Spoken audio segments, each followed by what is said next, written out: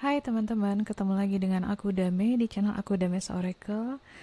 Terima kasih yang masih ada di channel aku dan yang baru ketemu channel aku. Selamat datang, aku Dame. Biasanya aku baca Oracle, kadang aku juga sharing, kadang aku juga bikin energy update di channel aku. Channel aku sifatnya kadang sangat random ya, jadi teman-teman browsing aja karena aku setiap kali baca kartu di sini itu sifatnya timeless. Artinya kapanpun teman-teman klik video aku yang manapun mau dari tahun kapanpun, kalau emang kamu merasa terpanggil untuk klik video itu, biasanya pesan itu memang buat kamu.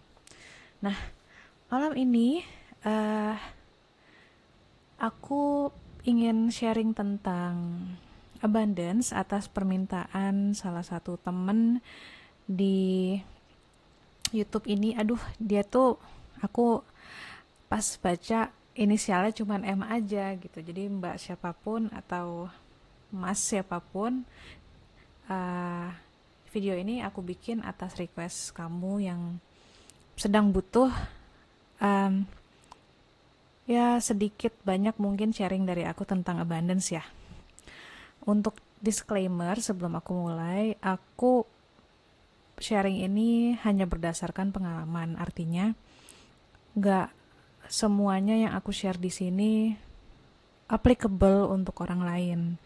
Jadi saringlah informasi yang berguna, dan kalau mau experience, kalau mau eksperimen silakan gitu ya. Jadi untuk abundance ini aku nggak bikin skrip gimana-gimana, karena terus terang aku juga bingung mau kasih taunya bagaimana gitu.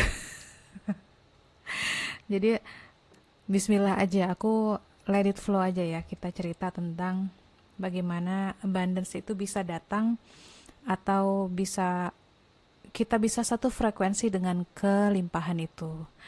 Uh, kita itu kan hidup di dunia yang berlimpah, teman-teman.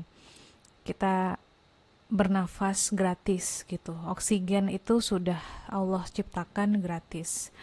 Makanan sebenarnya tinggal ambil dari tanah yang menumbuhkan segala macam sumber makanan, atau dari laut, atau dari lingkungan sekitar, yang artinya pun kalau tidak kita budidayakan juga itu akan berlimpah aja. Yang namanya buah-buahan itu pun kalau nggak kita rawat, dia tumbuh liar, asalkan tanahnya tidak dirusak, dia akan terus menerus menghasilkan buah gitu. Jadi pertama sih aku cuman pengen bilang, ada baiknya menyadari bahwa kita tidak hidup di dunia yang kekurangan. Kalau sampai ada kekurangan di suatu negara atau di suatu tempat, itu pasti ada campur tangan manusia untuk memblokir kelimpahan-kelimpahan tersebut untuk bisa sampai ke tempat itu. Tapi di sini kita nggak akan ngobrol tentang itu ya. Jadi pertama, gimana sih supaya kita tuh bisa satu frekuensi dengan kelimpahan. Kelimpahan itu kan frekuensinya sangat divine, sangat ilahiyah, sangat natural dan tinggi. Nah, manusia itu ketika lahir juga frekuensinya seperti itu. Makanya ada orang bilang kan kita lahir tuh sudah membawa rezeki. Artinya ketika Tuhan menciptakan kita, itu kita udah di situ tuh, di buku kehidupan kita tuh sudah ada kejadian-kejadian yang akan terjadi sama hidup kita, termasuk perbekalan rezeki yang akan ada untuk kita sampai nanti kita berpulang lagi. Nah,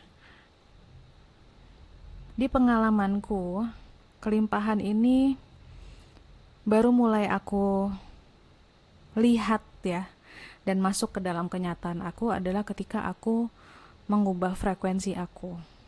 Dan ngubahnya itu pada waktu itu benar-benar bikin lompatan yang besar.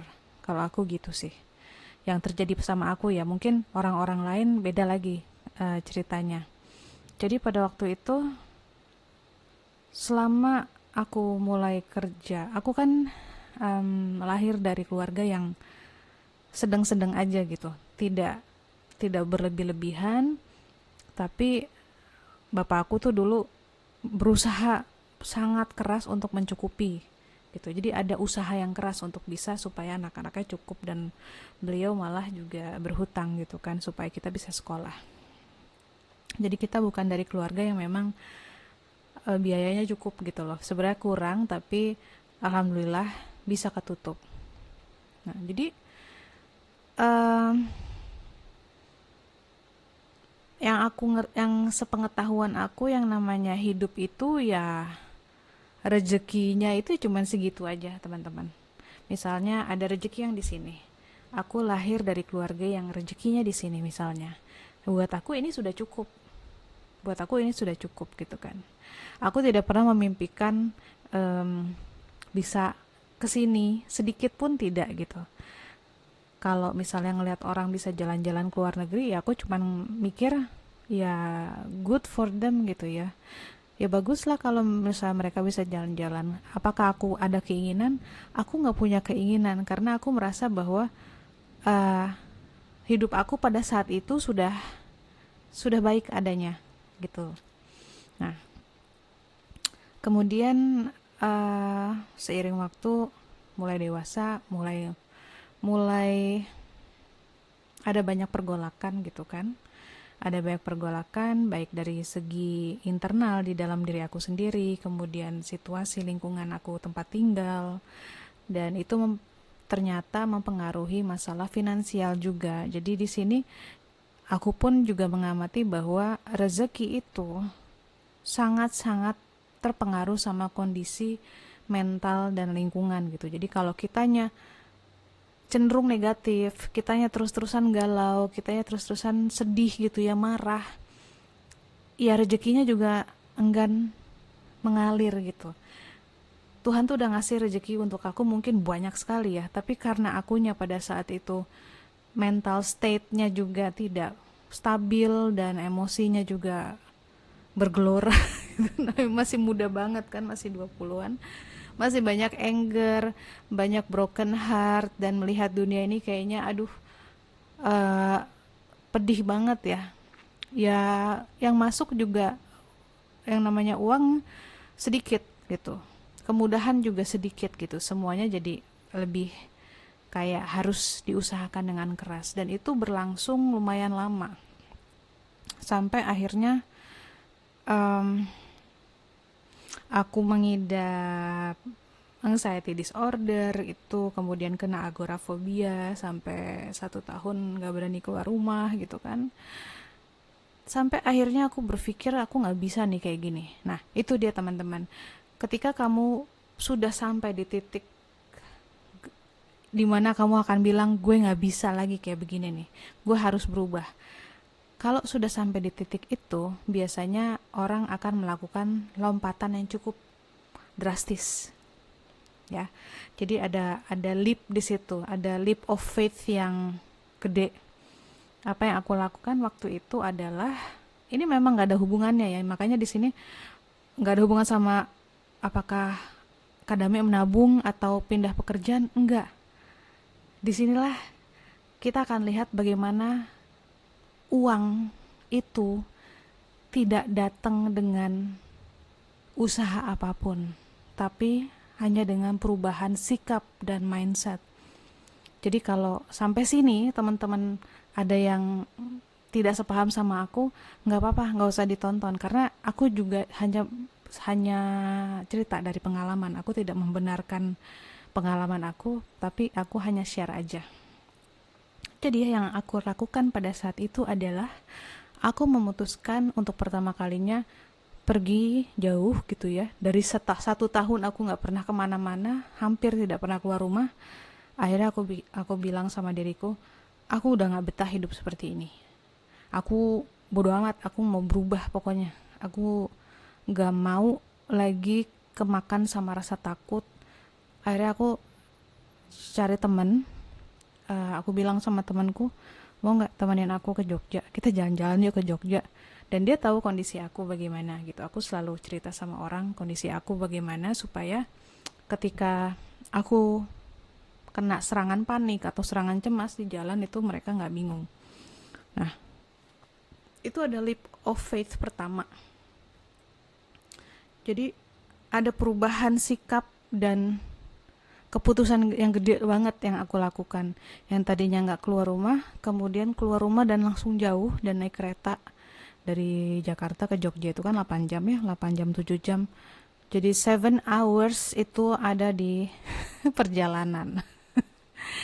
Nah, pada saat aku pergi itu uangku di tabungan hanya 2 juta. Aku sudah nggak kerja tuh kan, jadi 2 juta itu adalah hasil dari project terjemahan yang waktu itu datang cuman sedikit banget. Kadang-kadang sebulan aku cuma dapat 2 film atau 4 film, itu sedikit banget teman-teman, 2 juta. Tapi aku nekat, aku jalan aja. Dan aku jalan gemeter ya gemeter gitu. Kadang-kadang ada air mata sedikit juga gitu ya, karena menahan takut dan overwhelmed banget gitu. And you know what? Tiba-tiba di kereta aku dapat notifikasi waktu itu dari PayPal apa dari mana. Pokoknya pas aku lihat ternyata tabungan aku nambah. Aku udah gajian waktu itu dan aku nggak menghitungkan karena aku freelance, jadi biasanya kan per project. Nah, aku nggak ngitung udah berapa project. Aku kerjain, aku nggak ngitung udah berapa project. Kemudian masuklah itu kan notifikasi dari bank bahwa ini ada uang sekian masuk. Dan waktu itu masuk 7 juta. Jadi untuk pertama kalinya dalam hidup aku, pada saat itu tuh tahun berapa ya? 2010 mungkin ya, apa 2013 ya. Aku resign dari kantor kan, yang tadinya gaji aku kalau nggak salah sekitar 9 lah, 9, kemudian resign. Akhirnya per bulan itu jatuh sekali ya, kadang-kadang 2 juta. Tapi itu masih alhamdulillah, aku nggak ngerasa kayak kurang duit banget tuh, enggak. Aku ngerasa kayak yang penting aku masih bisa makan. Nah, itu kan dalam waktu berbulan-bulan untuk mencapai 5 juta aja nggak bisa. Aku ingat banget, aku paling banyak dapat project dan paling banyak dapat income itu pada saat itu adalah 4 juta. Lalu kemudian ketika aku pergi, masuklah notif itu 7 juta gitu kan.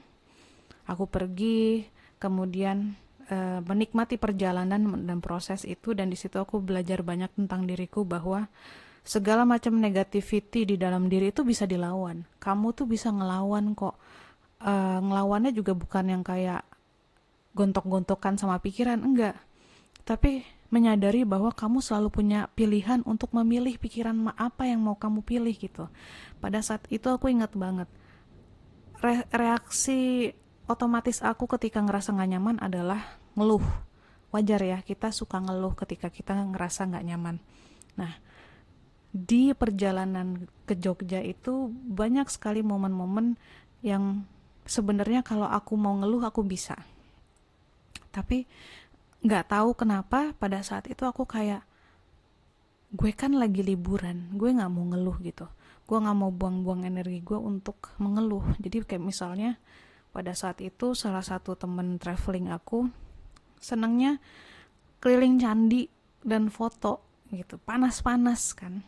Nah, aku bisa aja tuh ngeluh pada saat itu, tapi aku ajarin diri aku, ayo deh, lo kan biasanya suka ngeluh, kali ini aja cobain deh, cobain kita tidak ngeluh karena ini adalah liburan, dan jangan rusak liburan ini dengan mengeluh, dengan bete ya.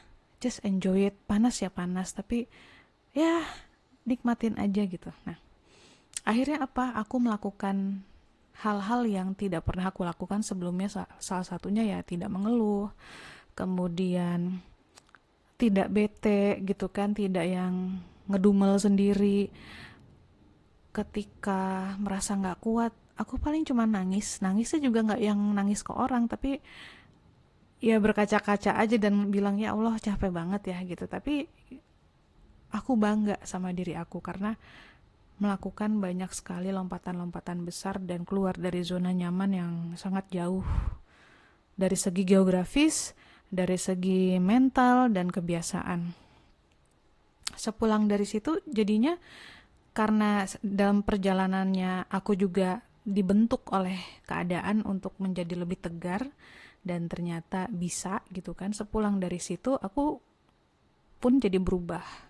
Nah, itu lompatan pertama itu memutuskan tidak mau lagi hidup seperti saat itu ya, tidak mau lagi menjadi dame yang kalah sama keadaan, kalah sama pikiran gitu kan. Terus-terusan menjadi orang dengan habit yang seperti itu, dengan sifat seperti itu, aku pikir gak bisa nih gue kayak gini. Kemudian lompatan yang kedua, ini juga konyol. Tapi terserah sih kalau teman-teman mau ngetawain atau nganggap aku norak ya. But this is me. I always tell the truth. Aku apa adanya kalau cerita. Pada saat itu aku mulai bersahabat dengan dokter gigiku. Dia juga teman yang baik hati banget gitu ya. Dan dia terlahir mungkin sudah berada pada saat itu ya. Jadi buat aku tuh, aku melihat dia tuh memang tidak pernah kesulitan uang. Apalagi dia dokter gigi kan. Dan keluarganya semua dokter. Tapi dia gak sombong. Sama sekali gak sombong. Dan dia sangat spiritual orangnya. Walaupun kita agamanya beda, tapi aku ngerasa dia adalah my soul sister. Jadi yang dia lakukan pada saat itu ngajak kita jalan-jalan ke mall, gitu kan. Masih dengan kondisi mental aku yang masih belum stabil dan berada bersama dia tuh rasanya sangat aman gitu. Dan dia juga bukan tipe orang yang ngejudge. Jadinya kalau misalnya dia ngelihat aku kayak panik atau apa tuh dia cuma bilang, ya udah sih kalau mau berasa pingsan ya pingsan aja, nanti gue gotong. Dia cuma ngomong kayak gitu. Jadi semua dibecandain, tapi aku bisa ngerasa dia care gitu. Jadi pada suatu ketika di tahun berapa itu ya, mungkin 2015-2016 deh, kita ke mall. Kemudian dia ngunjungin toko-toko yang menurut aku mahal, dan salah satunya adalah toko kristal beneran ya, bukan yang kayak batu-batu kristal gitu, enggak, tapi ini Swarovski waktu itu dia masukin kan, dan dia tanya harga. Terus aku cuman ngebatin, aduh cakep-cakep ya gitu kan. Terus aku cuma bilang sama dia, Mbak semoga suatu hari nanti gue bisa beli ya. Dan dia dengan sangat pede dia bilang pasti bisa, dia bilang gitu kan. Yuk temenin gue ke suatu toko gitu kan, toko baju lah. Nah, di situ aku baru pertama kali lihat toko baju itu. Seumur umur aku nggak pernah lihat toko itu karena memang nggak ada di universe aku. Nah itu karena level materinya atau finansialnya tidak mungkin tidak kesana. Jadinya buat aku toko itu nggak pernah aku lihat. Aku nggak pernah lihat ada toko itu di mall itu kan. Sampai ketika lihat dia masuk, dia beli baju. Dan aku lihat bajunya stylenya sederhana tapi kayaknya asik buat dipakai jalan gitu kan. Dan aku pengen beli. Waktu itu uang aku cuma berapa deh pokoknya lah ya. Sebagai cewek single dan gak terlalu banyak hangout, taruhlah mungkin uang aku bulan itu ada 3 juta atau tinggal 3 juta, 5 juta gitu. Sebagai cewek single yang gak terlalu banyak hangout, itu cukup untuk sebulan ya. Nah, terus beli baju. Lalu aku lihat ada baju bagus ya, bukan baju yang mewah gimana, tapi menurut aku itu modelnya bagus dan aku suka untuk pakai itu untuk sehari-hari dan untuk jalan. Pas aku lihat harganya, kalau nggak salah itu 3 potong 1.200.000 apa 1 juta berapa lah gitu. Itu pertama kalinya aku beli baju sampai 1 juta teman-teman. Dan untuk bayar nah ini dia nih, untuk bayar ke kasir itu aku gemeteran. Bukan karena aku gak punya uang, tapi aku takut banget ngeluarin uang sebesar itu untuk baju. Dan temanku ini cuman bilang gini, kalau sudah mengeluarkan uang, jangan kamu sesali gitu kan. Mau beli enggak dia bilang gitu. Jadi jangan sampai nanti lo udah bayar lo nyesel, itu nggak bagus dia bilang gitu kan. Dan dia selalu ngomong gini, uang akan selalu ada, Ri. Dia kan manggil aku Ria, uang akan selalu ada, tinggal gimana kitanya mau bersyukur apa enggak. Oke, aku sampai bilang gini, Mbak temenin aku bayar ya. Iya aku temenin, dia bilang. So itu adalah leap of faith selanjutnya, itu lompatan selanjutnya. Karena seumur umur aku kalau beli baju paling mahal itu 400 ribu, 300 ribu. Dan pada saat itu aku beli sampai 1, something.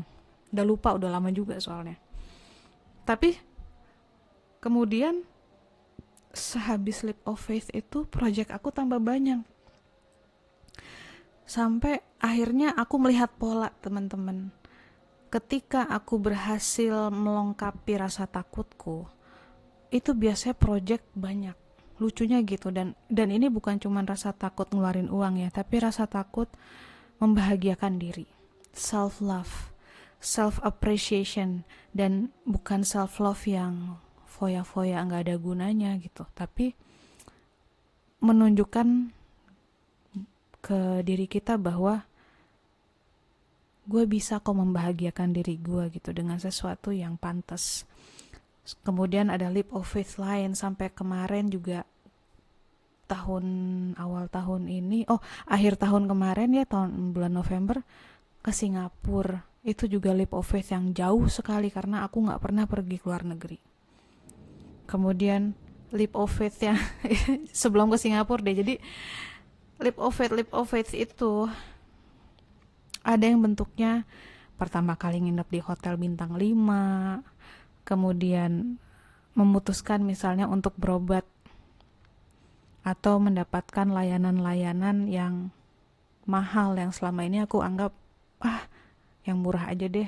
Misalnya naik kereta biasanya eksekutif biasa, kemudian memutuskan cobain naik kereta priority gitu. Sampai aku ngelihat kok kayaknya semakin gue meningkatkan kualitas hidup. Jadi bukan gaya hidup ya, tapi kualitas. Bedain teman-teman. Karena gaya hidup aku gak berubah. Aku gak jadi orang yang suka tas branded yang harganya puluhan juta. Meskipun aku sanggup beli itu sekarang. Tapi aku gak beli itu. Aku masih pakai baju yang dulu aku beli pertama kali leap of faith itu. Aku masih bisa nongkrong di warkop gitu kan, makan Indomie, makan kacang ijo gitu kan, bubur kacang ijo. Aku masih bisa begitu. Tapi yang aku perhatiin ketika aku meningkatkan kualitas, artinya gini. Misalnya aku sakit, pilihan banyak. Ada rumah sakit yang mahal, ada rumah sakit yang murah, ada puskesmas gitu kan. Nah, kemudian aku memilih ke puskesmas karena aku tahu dokternya bagus-bagus. Jadi bukan karena obat yang murah. Gitu. Itu ya bedanya, memilih kualitas yang baik. Atau aku memilih rumah sakit yang mahal ini karena ada satu dokter di situ aku tahu bagus, tapi memang jadi extra charge kan, jadi banyak. Jadi ketika aku harus mengeluarkan uang untuk kualitas, ternyata Tuhan kasihnya banyak banget baliknya loh. Iya loh, gila loh teman-teman. Kadang-kadang gak masuk akal. Gak masuk akalnya gimana ya? Contohnya gini. Ini juga aku baru sadar, lucu banget caranya Tuhan ngasih ngasih duit gitu di hidup aku gitu kan. Mungkin teman-teman yang lain juga pasti punya pengalaman aneh kayak gini. Kadang-kadang aku tuh dapet uang dari hal-hal yang gak ada tenaganya, yang aku gak mikir ngerjainnya, gampang, yang sampai aku mikirnya kayak ini ya kalau dihargain sama otaknya manusia, harusnya mungkin gue cuman dibayarnya cuman 100 ribu lah gitu. Tapi orang yang mempekerjakan aku bayarnya 1 juta. Gila kan?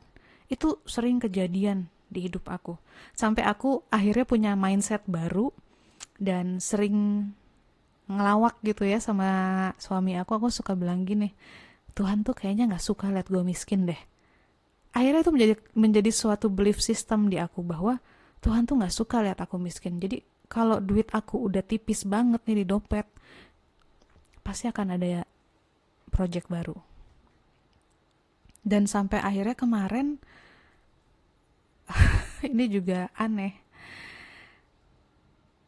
uang uang kita berdua, karena kita sudah berdua kan sekarang, kita punya dana darurat, kita punya tabungan. Ini sih sebenarnya mungkin nggak usah ditiru, tapi karena aku sudah lihat pola hidupku seperti ini, jadi aku nggak terlalu takut melakukan ini ya teman-teman. Projectnya sedikit, jadi pemasukannya pada 2 bulan lalu aku tuh pemasukan aku sedikit, nggak banyak. Sampai aku mikir, apa harus cari side job ya? Kok tumben nih filmnya sedikit. Nah, di tengah sedikitnya film, berarti kan nggak ada pemasukan ekstra untuk tabungan-tabungan itu ya, yang sudah kita siapin gitu, udah kita tabung sejak kawin gitu misalnya. Tahu-tahu aku terdorong untuk menginvestasikan separuh dari tabungan itu ke seorang teman yang usahanya sedang membutuhkan dana gitu. Dan aku bilang sama suamiku, "Ah, ambil dari tabunganku deh gitu. Dah, kita pakai tabungan aku gitu kan ke sana." Lalu kemudian ada lagi pengeluaran lain, pakai lagi tabungan. Ada lagi pengeluaran lain, pakai lagi tabungan. Lalu dana darurat juga kepake. Sampai akhirnya tahu-tahu aku memutuskan ikut training yoga di Bali, dan habis itu ingin ke Lombok ngelanjutin. Udah hitung semuanya, aku bilang sama suamiku, ini tabungan dan dana darurat akan habis, aku bilang gitu. Nggak habis sih, tapi ya berkurangnya tuh jauh sekali gitu kan. Gimana nih, berani nggak, aku tanya kan. Dan untungnya punya partner juga yang setipe, punya keyakinan yang lumayan dalam sama kebesaran Tuhan kan. Aku bercanda sama dia, aku bilang ya mungkin kita harus kayak orang nguras kolam kali, mungkin kolam uang ini harus dikuras, dikeluarin dulu karena mau ada hal yang lebih besar mau masuk. Jalan dong, jalan liburan aja tuh ke Ubud, tinggal 4 malam di situ. Yoga juga, training yoga berdua itu udah berapa? Udah banyak lah yang keluar, banyak banget kan. Tapi aku aku nggak mau mikirin nanti gimana ke depannya, nggak mau mikirin kayak gitu. Karena sejak Leap of Faith yang pertama ke Jogja itu yang tahun 2000 something itu, di situ aku udah belajar jangan mikir terlalu jauh ke depan. Hidup itu ya dijalanin aja. Karena Tuhan itu Maha tahu, Tuhan itu yang kasih kita semua kesempatan dan kemudahan. Dan kalau memang dikasih jalannya mudah, aku daftar yoganya mudah, dapat tiket pesawatnya mudah, dapat Airbnb-nya sangat mudah dan orangnya sangat baik. Ke Lomboknya juga kayak begitu lah. Itu kayak semua orang tuh baik banget teman-teman. Selama aku berangkat dari Jakarta sampai pulang ke kosan lagi, gak ada apa-apa yang kejadian aneh-aneh tuh gak ada. Semua orang baik. Aku itu pun sebuah rejeki. Pesawatnya enak, nggak kenapa-napa gitu kan. Supir taksinya juga, bapak Airbnb-nya juga, nginep di hotel bintang 5. Servisnya bagus, semua pelayannya dari yang satpamnya sampai yang di resepsionis semuanya baik-baik banget. Ketemu orang lokal, driver kita juga baik hati banget dan dia sampai kasih diskon gede gitu kan. Itu aku nggak mikirin berapa banyak uang keluar, karena menurut aku kalau memang aku harus bayar sekian untuk jasa orang ini, bayar. Dan ada satu kejadian gila juga di Lombok itu. Aku dideketin sama, bukan dideketin, aku lihat ada tukang kain yang udah capek banget mukanya, dan itu udah maghrib, pantai itu udah mau gelap kan. Dan aku feeling ini kayaknya mungkin belum ada yang beli kali kainnya dia ya dari seharian. Dan dia doang itu di situ. Akhirnya aku deketin, aku beli. Aku beli harganya 300-an. Terus datanglah dua tukang kain lain. Ya namanya juga orang dagang kan suka gitu ya, suka datang aja gitu kadang-kadang berombongan. Aku beli sebisaku dan aku bilang sama mereka, uangku nggak banyak, uangku terbatas, tapi aku akan beli sepunyanya aku di dompet itu berapa. Jadi aku beli masing-masing satu, jadi 3 kain kan. Dan aku bilang sama mereka, saya nggak tahu ya apakah ini asli atau enggak, apakah bapak atau ibu bohongin saya apa enggak, itu udah urusannya sama Tuhan aja. Tapi niat saya baik, saya cuma mau bantu. Semoga uang yang saya kasih hari ini ya, semoga bisa bermanfaat. Karena itu pulau kan, Lombok itu apa-apa mahal di sana, nggak kayak di Pulau Jawa. Mungkin buat mereka uang 100.000 itu ya lumayan banget gitu kan. 300.000 mungkin bisa kasih mereka makan seminggu 2 minggu. Ya aku cuma mikirnya gitu. Udah tuh. Jadi duit aku kan, teman-teman bisa bayangin, duit aku makin kurang. But you know what? Tahu-tahu datang kerjaan banyak. Dan kerjaan yang nggak susah, yang nggak bikin aku capek ngerjainnya, yang nggak bikin aku stres ngerjainnya. Datang lagi project yang value-nya besar-besar. Sampai kalau aku hitung tuh, kalau aku rajin ya ngerjainnya nggak capek gitu maksudnya. Kan kadang-kadang kita dalam satu hari pengennya nonton YouTube gitu ya, bukannya kerja. Kalau aku rajin, mungkin bisa dapat 2 kali lipat dari yang kemarin gitu. Jadi di situ aku lihat, wow, bener-bener Tuhan nggak pernah bikin aku susah dan nggak pernah mau aku susah, asalkan aku nggak khawatir. Kalau aku udah khawatir, nah ini juga ya, ini masalah frekuensi. Kalau udah aku khawatir, aku stres, aku negative thinking, mikir yang jelek tentang orang lain, itu udah bye, nggak akan datang itu yang namanya kerjaan susah. Makanya ketika di Lombok itu, walaupun driver aku bilang, mbak tuh harusnya nggak segitu harganya, masih bisa lebih murah, itu KW yang mbak beli. Aku nggak mau tahu. Seperti aku bilang, itu urusan dia sama Tuhan. Aku nggak mau ngotorin kepala aku ya mikirin gue udah ditipu. Enggak buat aku mendingan mikir yang baik aja. Mereka butuh makan. Misalnya pun aslinya itu kainnya harganya 50.000, mereka jual 300, ya udah nggak apa-apa, itu rezeki mereka gitu. Jadi palingan yang bisa aku simpulin dari cerita ini yang udah setengah jam ini, oh my god, adalah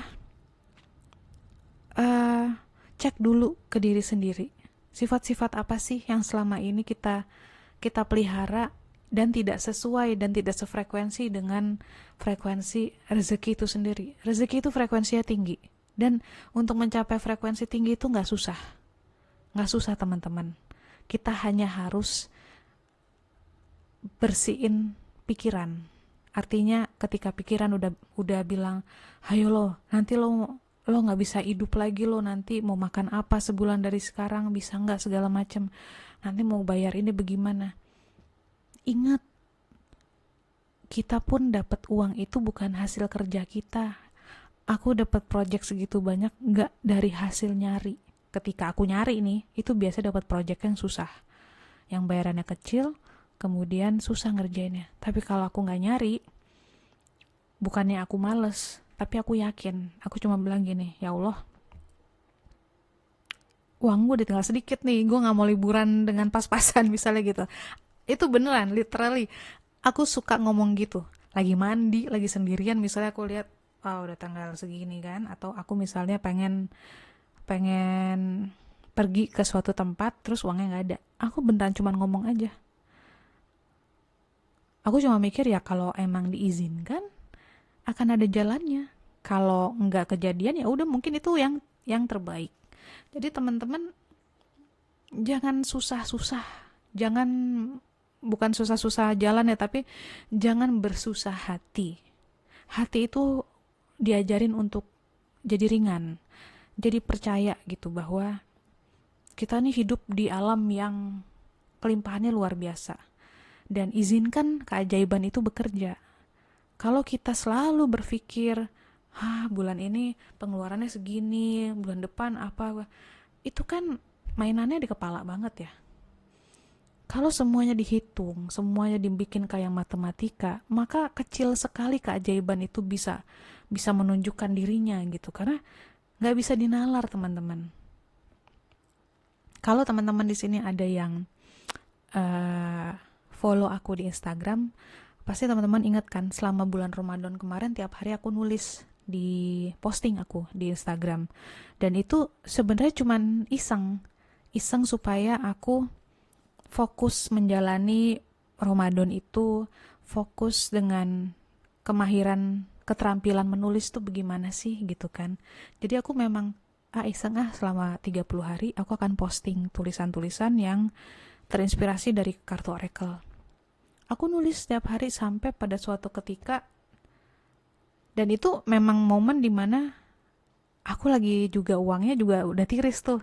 Tapi kan aku nggak bilang-bilang kan, aku nggak pernah bilang di postingan, aku nggak pernah bilang ke siapa-siapa gitu uang aku lagi tiris. Ya posting-posting aja gitu kan, kayak hidup biasa aja ya, namanya juga hidup gitu kan, nggak selalu ada uang, nggak selalu bisa pergi-pergi. Jadi aku berasa kayak oh ya udah, tinggal nunggu gajian doang kok gitu. Nah, di momen tirisnya itu tiba-tiba seorang sahabat lama gitu ya, dia WA dan dia bilang, Dame, aku sangat terbantu baca tulisan-tulisan kamu gitu kan. Aku mau kasih ini ya sebagai bentuk apresiasi. Aku minta nomor rekening dong. Masa dia ngomong kayak gitu, guys? Mau ngapain coba kan? Aku pikir, loh, aku bilang sama dia, Mbak, jangan, aku bilang gitu. Aku nggak nulis untuk dibayar. Kalau itu bisa bermanfaat ya alhamdulillah. Aku nulis untuk diriku juga kok, untuk mengasah keterampilan menulis. Dia bilang, enggak Dame, enggak, aku emang sudah niatin ingin kasih Dame gitu kan. Ya udah aku bilang, Mbak, aku nggak maksa ya Mbak, tapi aku terima kasih kalau Mbak mau kasih gitu kan. Ya udah, kan aku pikir ya mungkin ya paling banyak dikasih 500 lah gitu kan. Dan ya sudah, nggak apa-apa. Aku juga kadang-kadang suka kok mengapresiasi orang dalam bentuk uang kan. Dah, udah nih, tahu-tahu dia kirim bukti transfernya. Tebak berapa? Masa gue dikasih 2,5 juta? Mau ngapain coba? Gue nulisnya iseng, nggak ada niat jualan, dikasih 2,5 juta. Aku sampai bilang, Mbak, ini apaan banyak banget? Udah Dame, emang udah aku niatin kok. Lah, gitu. Itu keabsurd. I don't know how to say it. Itu kan absurd banget ya. Hal-hal kayak gitu sering teman-teman terjadi di hidup aku. Jadi aku kalau ditanya rumusnya apa sih biar bisa abundance hidupnya, kagak tahu. Aku paling cuma bisa bilang, jaga hati, jaga pikiran, jangan berprasangka buruk sama apapun, apalagi yang berkaitan sama uang. Pertama. Yang kedua, jangan takut kasih diri kamu kualitas yang terbaik di hidup. Aku pernah ngomong sama temanku yang tadi awal tadi yang ngajak aku beli baju kan. Dia salah satu guru abundance gue kalau gue bilang gitu, karena dia ngajarin aku bahwa hiduplah yang baik. Artinya kasih hal-hal yang terbaik untuk diri kamu. Nah, dia pernah bilang gini, aku pernah bercanda sama dia, masa ya Mbak, aku bilang gitu. Berkali-kali tuh aku misalnya pergi ke suatu tempat atau nginep ke suatu tempat, niatnya kan supaya nggak boros nih, jadinya aku pilihlah yang nomor 2 gitu ya, atau kelas 2 gitu, yang nggak terlalu mahal. Tapi ternyata nggak bagus, atau ternyata nggak ketemu tempatnya, aku malah akhirnya dapetnya ke tempat yang paling mahal lagi, atau yang bintang 5 lagi misalnya gitu kan hotelnya. Terus dia cuma bilang gini, makanya jadi orang gak usah so miskin. Asli gue dibilang kayak gitu. Maksudnya apa, aku tanya gitu. Ya kalau kamu sanggup, if you can afford it, Kasih yang terbaik buat diri kamu. Jangan sok miskin. Nggak, Tuhan juga nggak suka kali ngeliat kayak gitu. Karena lu udah dikasih nih, pakai untuk hal-hal yang baik. Kasih makanan yang terbaik buat diri lo. Kasih buku yang terbaik, laptop yang terbaik, yang nggak cepet jebol, handphone yang nggak cepet jebol gitu. Tahu ya, aku yakin teman-teman bisa ngebedain mana yang kualitas yang terbaik atau hanya mewah, cuma brand doang gitu kan. Gitu. Jadi ya itu doang paling. Jangan takut kasih diri kamu hal-hal yang baik. Dan yang kedua, jangan negatif thinkingan, jangan marah-marah sama hidup. Em, dan punyalah mindset yang baik tentang uang, tentang rezeki, tentang Tuhan. Dibikin lucu aja kayak aku, bahwa Tuhan gak suka ngeliat gue miskin. Tuhan gak suka lihat uang gue sedikit gitu kan. Dan kalau teman-teman lihat, misalnya ingin sesuatu nih, misalnya pengen pergi deh, misalnya pengen pergi Madame ke Lombok kayak Madame gitu, bisa kok, tapi berani nggak ngeluarin uang segitu? Nah itu dia. Misalnya kamu punya nih tabungan 30 juta, kamu mau liburan kayak aku kemarin, hotelnya segitu, pesawatnya gitu kan, misalnya total kamu jadinya harus keluar 15 juta gitu, berani nggak? Kan masalah berani apa enggak aja. Masa ya nggak berani, badame masa uang yang udah aku kumpulin terus separohnya aku pakai buat liburan. Aku tanya lagi ke kamu, pernah nggak kamu liburan kayak gini? Kalau udah, misalnya udah pernah, udah puas, ya udah nggak apa-apa. Misalnya kamu mau save ini untuk hal yang lebih besar. Tapi kalau ternyata belum pernah, aku pasti akan nyaranin liburan lah, nikmatin lah. Kita nggak pernah tahu kita hidup sampai umur berapa. Again, ini mungkin klise, tapi ini juga yang selalu aku ingetin ke diri aku. Uang itu nggak dibawa mati. Dan yang menghidupi kita itu bukan uang, tapi Tuhan, Allah yang hidupin kita. Caranya bagaimana? Salah satunya lewat uang. Kadang-kadang lewat kebaikan orang lain. Salah satunya aku, alhamdulillah sampai detik ini, kosan yang aku tempatin yang gede banget ini gede banget loh kamar ini. Untuk ukuran Jakarta, ini murah sekali. Dan lingkungannya kayak di Ubud, sepi, asri. Tapi tinggal ngesot dikit aku udah sampai Citos. Ngesot dikit lagi aku udah sampai PIM. Ini hanya aku bayar setiap bulan hanya 2,9 juta. Dimana coba? Kamar dengan segede gini, udah dibersihin setiap hari, gratis, udah ada tempat parkir, dengan air panas. Ini 7x4 ukurannya. Ada teras, wifi, cuman segini. Gitu, jadi ingetin diri kamu, yang hidupin kamu bukan uang, bukan kamu sendiri, tapi Tuhan. Dengan begitu kita juga longgar pikirannya. Kita berusaha, ikhtiar, tapi tidak ngoyo. Artinya ketika udah terlalu keras, itu adalah tanda bahwa stop. Bukan yang ini nih, bukan ini jalannya nih. Karena kalau ini meant to be, harusnya kebukanya mudah. Walaupun kita harus berusaha, tentu kita harus berusaha. Harus ada usaha dari kita gitu. Misalnya mau keluar dari zona nyaman, mau mencoba hal baru, mau pergi ke tempat yang lebih jauh gitu kan. Tapi kan Tuhan bukain semua jalannya, dikasih fasilitasnya, dikasih orang-orang yang akan membantu. Nah, kalau itu semua ada, berarti itu memang sudah jalan kamu. Tapi kalau kamu udah berusaha, orang gak ada yang ngebantuin, pintu juga tidak terbuka juga, cepet-cepet pindah fokusmu ke hal yang lain. Gitu aja sih, aku cuma ngejalanin hidup yang berkelimpahan ini yang seperti itu. Dan ya, jaga kebersihan diri ya, dari bukan artinya rajin mandi juga, tapi jujur. Kalau ada hutang, lekas dibayar. Kalau ada sesuatu yang kita pinjam dari orang, lekas dikembaliin. Kalau udah kita pakai, sudah aku balikin gitu. Aku benar-benar ngejaga supaya hidup aku tidak punya unfinished business. Tidak ada hutang. Mau itu hutang budi, hutang karma, insya Allah nggak ada ya. Karena kalau karma agak susah nih. Kadang-kadang kita nggak tahu kita udah nyakitin orang apa enggak. Tapi sebisa mungkin aku tidak berhutang. Jadi benar-benar clean. Kebersihan energetik ini juga membuat mudah sekali rezeki itu datang, kemudahan itu datang, uang datang, kesehatan juga kan. Abundance itu kan semua, nggak cuma duit doang gitu. Dan yang terakhir, jangan pelit. Jangan pelit sama diri sendiri dan jangan pelit sama orang lain. Kalau pesan GoFood, jangan lupa kasih tip. Kalau bisa kasih orang-orang di sekitarmu ya, kasih.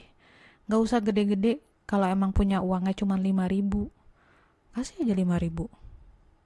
Nanti ketika penghasilan kamu meningkat, tingkatkan juga yang kamu kasih. Ya, kalau di agama Islam ya rajin bersedekah. Itu benar. Tapi tidak untuk supaya dapat uang lebih banyak dari Tuhan. Enggak. Bersedekahlah karena kamu tahu rasanya gak punya uang itu gak enak. Berbagilah seperti itu. Jadi jangan berbagi supaya wah nanti gue dapat pahala kemudian atau nanti balik ke gue berlipat ganda. Jangan begitu. Kamu udah tahu rasanya gak punya uang. Kamu udah tahu rasanya kelaparan. Ingat itu setiap kali ketemu orang. Apalagi Jakarta dengan kondisi polusi kayak gini. Lihat babang-babang Gojek itu kan seharian di luar kadang kepanasan. Udah pasti kepanasan. Kena polusi yang kayak gitu. Jangan pelit lah kasih tip. Kasihlah 5.000, kasihlah 10.000, tergantung jarak yang kamu kira. Gila nih kalau gue disuruh beli makanan sejauh itu ya kasihan banget. Tuh, jadi be nice to each other.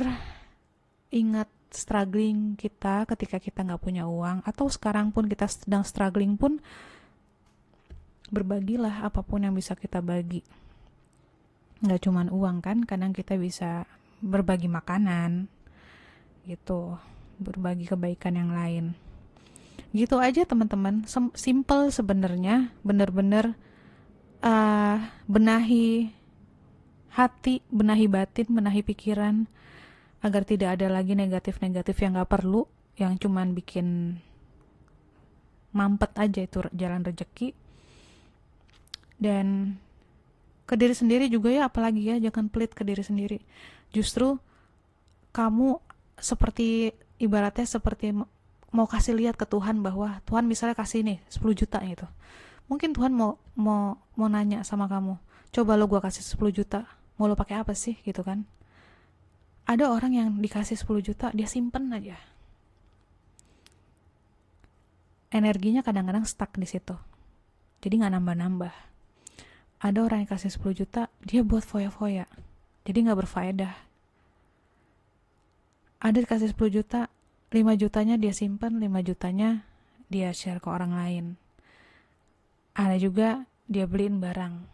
Nah, kamu yang paling tahu apa yang terbaik buat kamu. Mau kamu apain 10 juta itu? Uang itu harus punya tujuannya. Kalau gak ada tujuannya, bingung juga nanti mau dikasih buat apa. Punyalah tujuan gitu kan. Tujuannya yang jujur aja, misalnya Tuhan aku pengen jalan-jalan dong gitu kan, liburan. Pasti nanti dikasih. Tapi ya itu, kasih yang terbaik sama diri kamu. Jangan cuma sekedar jalan-jalan tapi gak nikmatin, percuma. Cobain hal-hal yang terbaik di hidup ini. Because you deserve it. Dan hanya kamu yang bisa bikin diri kamu menikmati hal itu. Jangan nungguin orang lain. Jangan nunggu nanti aja biar suami saya aja yang beliin. nanti aja, biar nanti dapat bonus dari kantor, biar kantor aja yang bayarin. Kalau masih punya mental seperti itu, susah untuk menjadi abundance. Itu sebutannya adalah mental miskin, maunya gratisan. Be your own pilot in your life. Jadilah pilot dalam hidup kamu sendiri. Jadilah raja dan ratu dalam hidup kamu sendiri. Of course, tentunya di bawah bimbingan Tuhan, Sang penyelenggara kehidupan. Tapi jangan beli apa-apa nunggu orang lain yang beliin. Kamu mau bunga, beli sendiri. Mau coklat, beli sendiri. Yang cowok-cowok misalnya pengen motor ini, pengen itu, beli sendiri. Gitu. Dan berbagilah ketika kamu ikhlas, pengen, tanpa pamrih apa-apa. Ya, gitu aja. Mohon maaf kalau misalnya berantakan ngomongnya atau ada hal-hal yang tidak sejalan dengan pikiran teman-teman. Ini pengalaman true story-nya aku. Terima kasih sudah menyimak. Kalau mau dibikinin video tentang hal lain, silakan komen. Mungkin abis ini aku akan baca kartu. See you. Thank you for watching. Bye-bye.